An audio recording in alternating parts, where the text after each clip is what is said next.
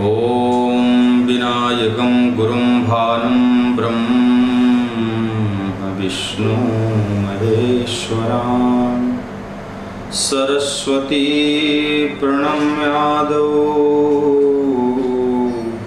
सर्वकार्येषु सर्वदा। राधे राधे, जय श्री कृष्णा। दर्शकों, आज हम गौ सेवा से जुड़ी हुई चर्चा करेंगे। गौ माता इस सनातन संस्कृति की श्रेष्ठ धरोहर है। गौ माता के अंग प्रत्यंगों में देवताओं का वास है। आगे पीछे, बाएं दाएं, ऊपर नीचे गौ माता के गोबर में भगवती लक्ष्मी का निवास है। गौ नाम आते ही एक दिव्यता का, एक पवित्रता का, एक श्रद्धा का भाव हृदय में जागृत होता है। गौ विश्व की जननी है। गौ माता के द्रव्य जो माता हमें प्रदान करती हैं, चाहे उनका गौमूत्र, गोबर, वह भी अति पवित्र है। गाय का दूध अमृत है। घृत सर्वोपरि औषधि है। और दही, कन्हैया को तो गौ माता की दधी अति प्रिय है। उसी को निहारते हैं और मैया से कहते हैं, मैया इस दही को बिलो दे, इस ताजे दही को माखन खाऊंगा। तो गौ माता के सब द्रव्य अति पवित्र हैं, पावन हैं। और इन पांचों चीजों से ही एक द्रव्य का निर्माण होता है, जिसे पंचगव्य कहते हैं। मनीषियों ने पंचगव्य की गौ माता के इन पांचों द्रव्य, दूध, दही, घी, गोबर और गौमूत्र, इन पंच द्रव्यों को इतना पवित्र माना गया। कहा गया, कोई भी धर्म कार्य, सत्कार्य, यज्ञ अनुष्ठान, उसको करने से पहले प्रायश्चित्त होना चाहिए और पवित्र होकर अधिकार प्राप्त करके ही देवाराधन, यज्ञ अनुष्ठान में बैठना चाहिए। तो नहाने धोने से शरीर पवित्र हो जाता है। पवित्रता के अनेक साधन हैं, लेकिन आंतरिक पवित्रता, शुद्धता तो हो सकती है साबुन से, सर्फ से, सोडा साबुन से, जल के द्वारा स्वच्छता, शुद्धता तो प्राप्त हो सकती है, लेकिन पवित्रता तो गौ माता के इन पवित्र द्रव्यों से भी प्राप्त होगी। शास्त्रकार कहते हैं, गौ के इन पांच द्रव्यों का पान करने से यत्त्वदस्तिगतम पापम देहे तिष्ठति माम के प्रासनात् पंचगव्यस्य दहत्यग्निर्वेंधनम। अस्थियों में बसे हुए पापों का भी शमन हो जाता है।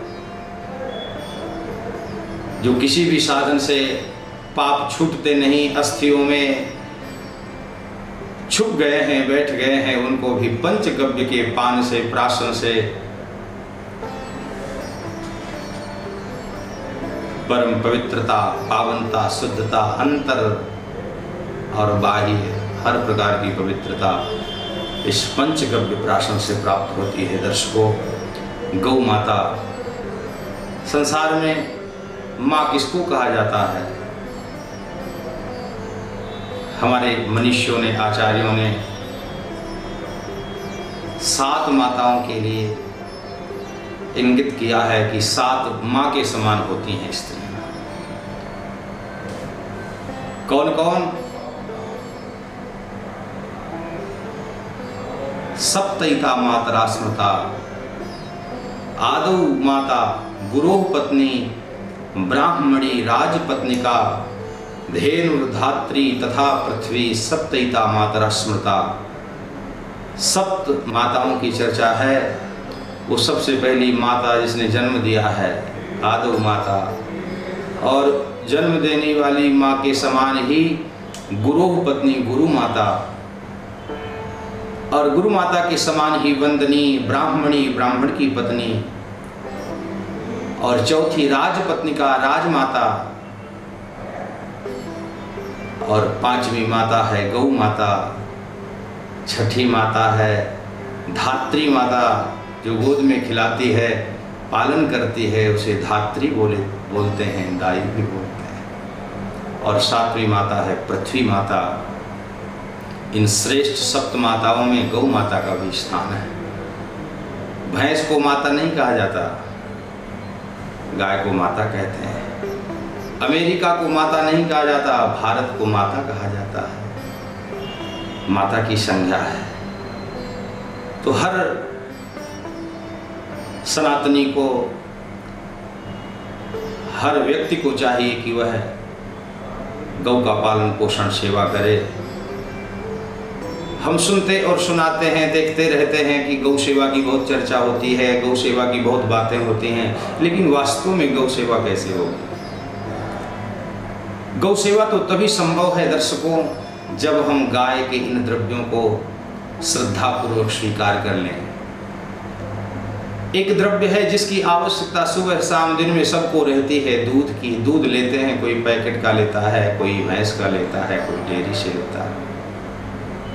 आवश्यकता है, तो आवश्यकता को यदि हम अपनी श्रद्धा से जोड़ दें, उस आवश्यकता को अगर गौ सेवा से जोड़ दें और प्रण कर लें, ठान लें कि अब हम गाय का दूध पिएंगे, तो जहाँ जहाँ गौ पालन हो रहा है, गौशालाएं बनी हुई हैं जो गौ सेवा करते हैं, अगर दूध का प्रण ले लें तो गाय का दूध पिएंगे तो गौवंश का पोषण होगा।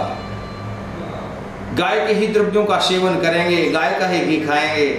अगर पालन नहीं कर सकते, गाय को अपने घर में रख नहीं सकते, ऐसी व्यवस्था नहीं है, शहर में फ्लैटों में रह रहे हैं, कोई कहीं रह रहा है, तो बस जो जहाँ रह रहा है वहीं गाय का दूध पीने लग जाए और गाय के प्रति श्रद्धा रखे।